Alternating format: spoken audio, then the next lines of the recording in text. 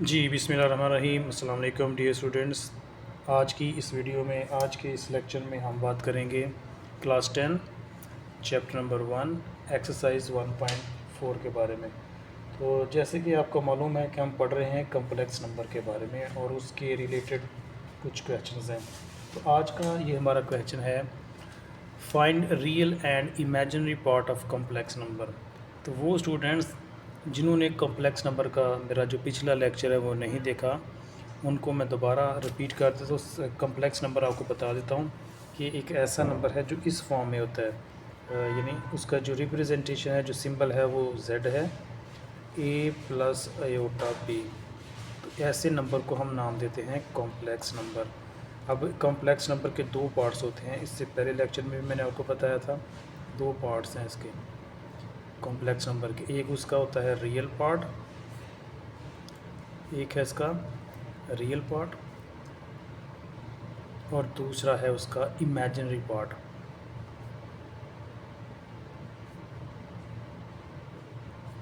एक real part है और एक है उसका इमेजिनरी पार्ट। तो सबसे पहले हम देखते हैं कि रियल पार्ट कौन सा है। ये जो पार्ट है ये वाला, इसको हम नाम देते हैं रियल, और ये जो है इसको हम नाम देते हैं इमेजिनरी पार्ट। ठीक है, तो ये हमारे पास है कॉम्प्लेक्स नंबर। तो हर कॉम्प्लेक्स नंबर का अपना एक कॉन्जुगेट होता है, अपना एक रिवर्स होता है, जिसको हम z बार से रिप्रेजेंट करते हैं और वो इक्वल है a माइनस आयोटा b। तो ये आपने याद रखना है, ये इस कॉम्प्लेक्स नंबर का ये कॉन्जुगेट है, उसको उसका जो सिंबल है वो ये है। ये मैंने पिछले लेक्चर में रिपीट किया था, पिछले लेक्चर में मैंने पढ़ाया था, आज मैं उसको रिपीट कर रहा हूँ क्योंकि वो स्टूडेंट जिन्होंने वो लेक्चर नहीं देखा वो इससे पिछली वीडियो देख सकते हैं और इसके बारे में आप। तो बेसिकली मैं अभी बताने का मकसद ये है कि what is complex number. Complex number representation ये है, उसमें a प्लस आयोटा b ये इसकी फॉर्म है।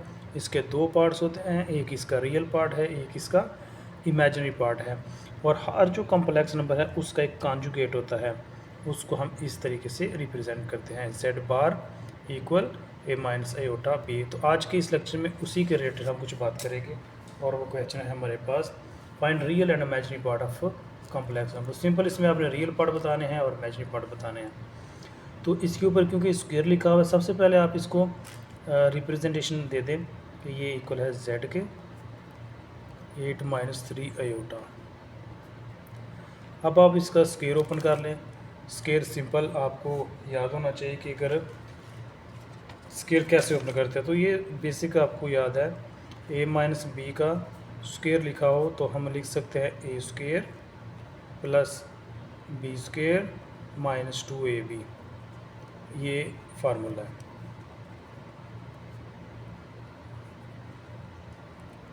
As simple as that. तो इस तरह से आप इसको ओपन कर लें। 8 को आप सपोज कर लें ये a है, तो हम लिखेंगे 8 का स्क्वायर प्लस ये b है यानी 3 आयोटा का स्क्वायर, दरमियान में माइनस है तो इधर माइनस आएगा 2, पहली टर्म यानी a into B, a into B. तो अब यहाँ पर लिखेंगे 8 का स्क्वायर कितना आ गया 64, इसका स्क्वायर ओपन करेंगे 3 का स्क्वायर 9 और आयोटा स्क्वायर, उसके बाद माइनस 8 2 बार 16 और 3 48 आयोटा। अब 64 प्लस 9 आयोटा स्क्वायर माइनस 1 की इक्वल है। आयोटा स्क्वायर, ये भी फार्मूला याद रखना है, आयोटा स्क्वायर इक्वल है -1 के। तो यहाँ मैं लिख सकता हूँ -1 माइनस 48 आयोटा 64। 9 को 1 से मल्टीप्लाई करेंगे 9 ही आएगा, लेकिन ये नेगेटिव है तो ये नेगेटिव हो जाएगा, तो -48 आयोटा। अब एक चीज़ आपने याद रखनी है कि रियल को रियल में ऐड या माइनस करेंगे और इमेजिनरी को इमेजिनरी में ऐड या माइनस मल्टीप्लिकेशन जो भी है वो करेंगे। 64 में से ये माइनस कर दें तो कितना रह जाएगा, ओके, -48 आयोटा। अब सिंपल हमारे पास वो देखें फॉर्म बन गई है, जेड बार इक्वल, ये देखें वो फॉर्म बन गई, ये फॉर्म। यहाँ पर ये 55 क्या है, ए को ज़ार कर है, यानी ये हमारे पास है इसका रियल पार्ट, और ये 48 जो है 48 ये है हमारे पास बच्चों इमेजिनरी पार्ट। तो सिंपल हम इसमें यही फाइंड करना था कि रियल और इमेजिनरी पार्ट को सेपरेट करना था। कोई इतना मुश्किल नहीं, बिल्कुल शॉर्ट क्वेश्चन के तौर पर आपने इसको प्रिपेयर कर लेना है।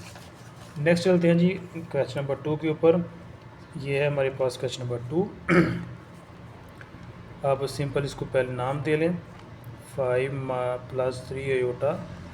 अब ये पावर माइनस में है, अगर ये पॉजिटिव होती तो सिंपल हम इसको ओपन कर सकते, क्योंकि नेगेटिव है तो आप इसको आप ऐसे लिख सकते हैं, ओवर में ले जाएं इसको 1/5 + 3 अयोटा।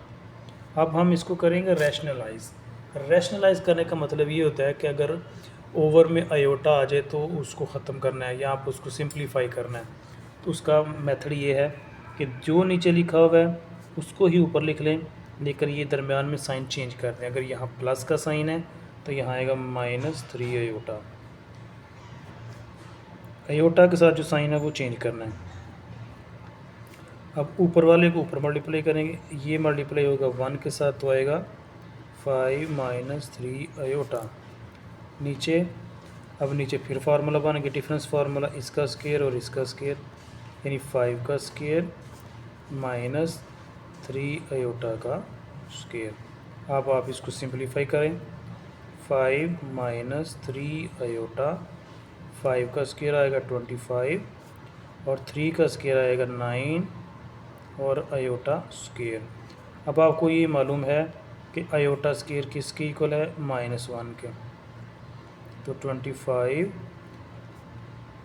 अयोटा स्क्वायर, ये अयोटा स्क्वायर की जगह मैंने क्या लिख दिया, -1। तो 5 - 3 अयोटा ओवर 25, ये नेगेटिव और ये नेगेटिव हो जाएंगे पॉजिटिव। अब आप इनको ऐड कर दें, ऐड करने के बाद आएगा 3 अयोटा, 5 - 3 अयोटा 25 और ये कितना हो गया 34। ये हमारे पास इसका अब सेपरेट हमने करना है। अब ये 34 जो है वो इसको भी डिवाइड कर रहा है, इसको भी डिवाइड कर रहा है, तो हम इसको ऐसे लिख सकते हैं 5/34 - 3 अयोटा ओवर 34। अब z जो हमारे पास है, अब इसमें क्या है, a क्या हमारे पास आया, ये a हमारे पास आ गया 5/34, b हमारे पास क्या आ गया, ये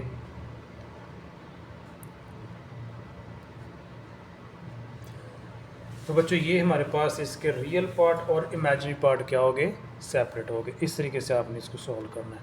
उम्मीद करता हूँ कि आपको इसकी अच्छी तरह से समझ आ गई होगी। चलते हैं जी नेक्स्ट क्वेश्चन के ऊपर और देखते हैं जी उसका क्या हम करेंगे जी।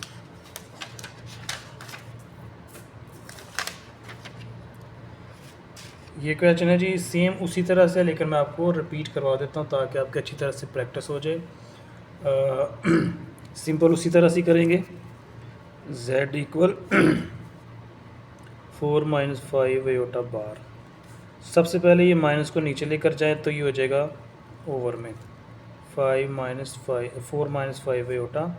अब इसको रैशनलाइज करना है। रैशनलाइज करने का क्या तरीका, इधर लगाएंगे मल्टीप्लिकेशन, ये 4, इसका साइन चेंज करना है जो अयोटा के साथ है, जो रियल के साथ है उसका साइन चेंज नहीं करना, इमेजिनरी का चेंज करना है।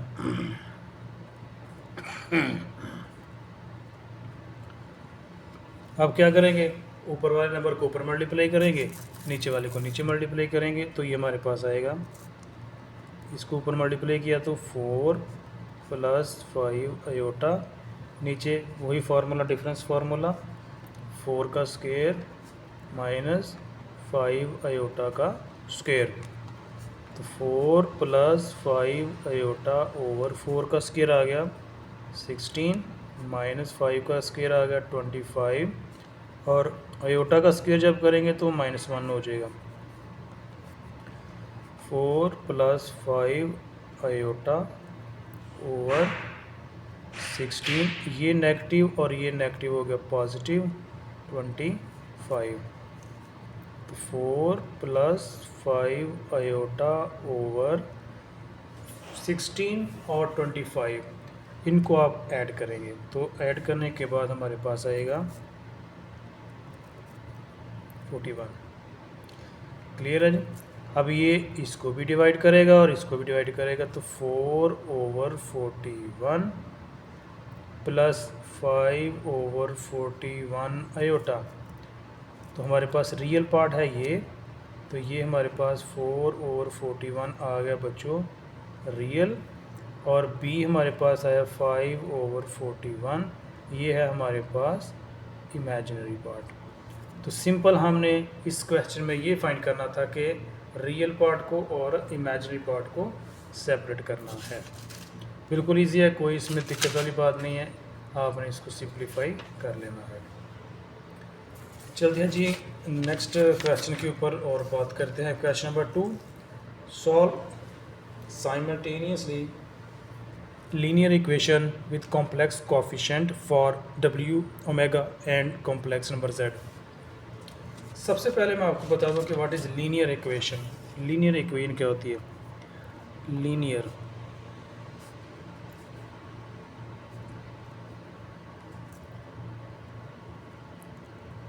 लीनियर इक्वेशन क्या है?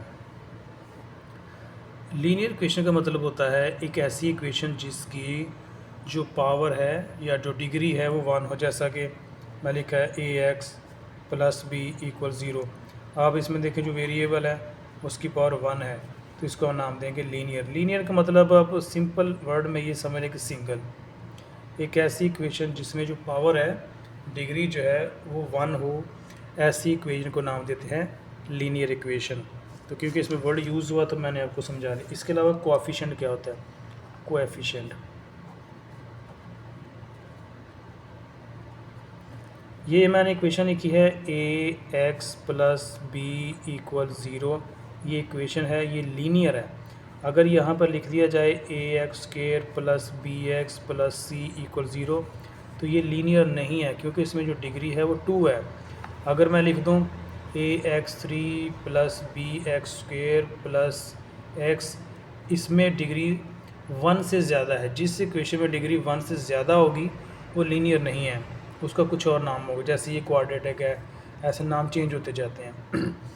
तो जिसमें लीनियर में 1 पावर होती है उसको हम नाम देते हैं लीनियर इक्वेशन। अब कोएफिशिएंट क्या होता है? ये वेरिएबल है, वेरिएबल के साथ जो भी नंबर मल्टीप्लाई हो रहा है, जो डिजिट है, जो कुछ भी है, उसको हम नाम देते हैं कोएफिशिएंट। जैसे x का कोएफिशिएंट क्या है? a है। x² का यहाँ कोएफिशिएंट क्या है? a। यहाँ x का कोएफिशिएंट क्या है? b। ये कांस्टेंट है, c यहाँ कांस्टेंट, क्योंकि इसके साथ वेरिएबल नहीं है। इसी तरह से यहाँ पर इसका कोएफिशिएंट a है, x² का कोएफिशिएंट b है, x के साथ कुछ नहीं है तो इसका कोएफिशिएंट क्या है? 1 है। तो ये होता है कोएफिशिएंट। उम्मीद है कि आपको कोएफिशिएंट का और लीनियर इक्वेशन का फ़र्क समझ आ गया होगा। अब हम चलते हैं जी क्वेश्चन के ऊपर। क्वेश्चन ये है कि आप ये दोनों साइमल्टेनियसली दो इक्वेशन है, इसमें आपने ओमेगा की वैल्यू फाइंड करनी है, z की वैल्यू फाइंड करनी है। तो मैं ऐसे करता हूँ कि किसी एक इक्वेशन में से एक वैल्यू निकाल के हम दूसरी में पुट करते हैं। फ्रॉम इक्वेशन 1 मैं क्या करता हूँ, 1 छोटी इक्वेशन आपने यूज़ करनी है।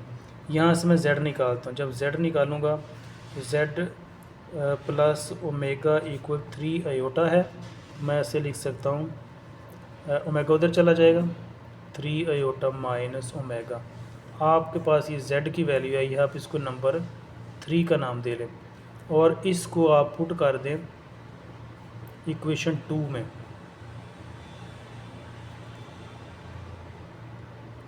दोबारा देख लें कि आपने दो वैल्यू फाइंड करनी है। एक वैल्यू फाइंड करनी है हमने ओमेगा की, एक फाइंड करनी है z की। तो किसी एक इक्वेशन में आप या तो ओमेगा की वैल्यू पहले फाइंड कर लें, ओमेगा की वैल्यू निकाल के किसी इक्वेशन में पुट कर लें, या z की निकाल के किसी दूसरी इक्वेशन में पुट कर लें, जैसा कि मैंने यहाँ से किया, क्योंकि छोटी में से निकालेंगे तो आपके लिए ईजी रहेगा। फ्रॉम इक्वेशन 1 यहाँ से मैंने z निकाला, ये इसको इस z को मैं इक्वेशन नंबर 2 में पुट करूँगा।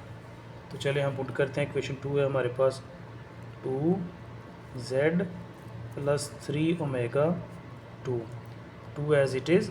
z की वैल्यू मैंने निकाली हुई है 3 आयोटा माइनस ओमेगा, बाकी सारा एज इट इज़ आता जाएगा। अब ये 2 मल्टीप्लाई और 3 को 2 से मल्टीप्लाई करें तो हमारे पास कितना आएगा 6 आयोटा, 2 को ओमेगा से करेंगे 2 ओमेगा, 3 ओमेगा 2। अब एक जैसी टर्म में या ऐड होंगी या माइनस होंगी, तो ये 3 ओमेगा में से 2 ओमेगा निकाल दें तो कितना आ जाएगा 1 ओमेगा रह जाएगा, क्योंकि 3 में 2 निकालेंगे 1 आएगा। ठीक है, अब यहाँ से आप इसको निकालें ओमेगा कैसे निकालेंगे, यहाँ से ओमेगा आएगा ओमेगा इक्वल इधर से ये 6 आयोटा उधर चला गया 2 माइनस 6 आयोटा, ये हमारे पास इसकी वैल्यू आ गई ओमेगा की कंप्लीट वैल्यू। अब क्योंकि हमें अभी वैल्यू निकालनी है z की, तो ये आप ऐसे करें कि ये जो हमने z निकाला था यहाँ पे इक्वेशन नंबर 3 में ओमेगा की वैल्यू इक्वेशन नंबर 3 में पुट कर दें। तो यहाँ लिखेंगे पुट इन इक्वेशन 3, क्योंकि हमने 2 वैल्यू निकालनी है। ओमेगा की तो हमारे पास कंप्लीट वैल्यू आ गई, लेकिन z की नहीं है। यहाँ पर देखें क्यों नहीं है, क्योंकि अभी इसमें ओमेगा इन्वॉल्व है। इस ओमेगा को ख़त्म करने के लिए यहाँ ओमेगा की वैल्यू पुट करेंगे, तो यहाँ पर आएगा z इक्वल इसके हमारे पास z equal 3 iota minus omega. तो सिंपल आप ओमेगा की वैल्यू यहाँ पुट कर दें 3 आयोटा, ओमेगा की वैल्यू हमारे पास आई है, ओमेगा की वैल्यू 3 आयोटा माइनस ओमेगा। मैंने यहाँ सिंपल किसकी वैल्यू पुट की है, सॉरी ये तो उसी इक्वेशन को मैंने लिख दिया, ये वैल्यू पुट करनी है, ये वाली z equal 3 iota minus omega की वैल्यू यहाँ पुट करेंगे। ये वैल्यू जो मैंने निकाली है, ये वैल्यू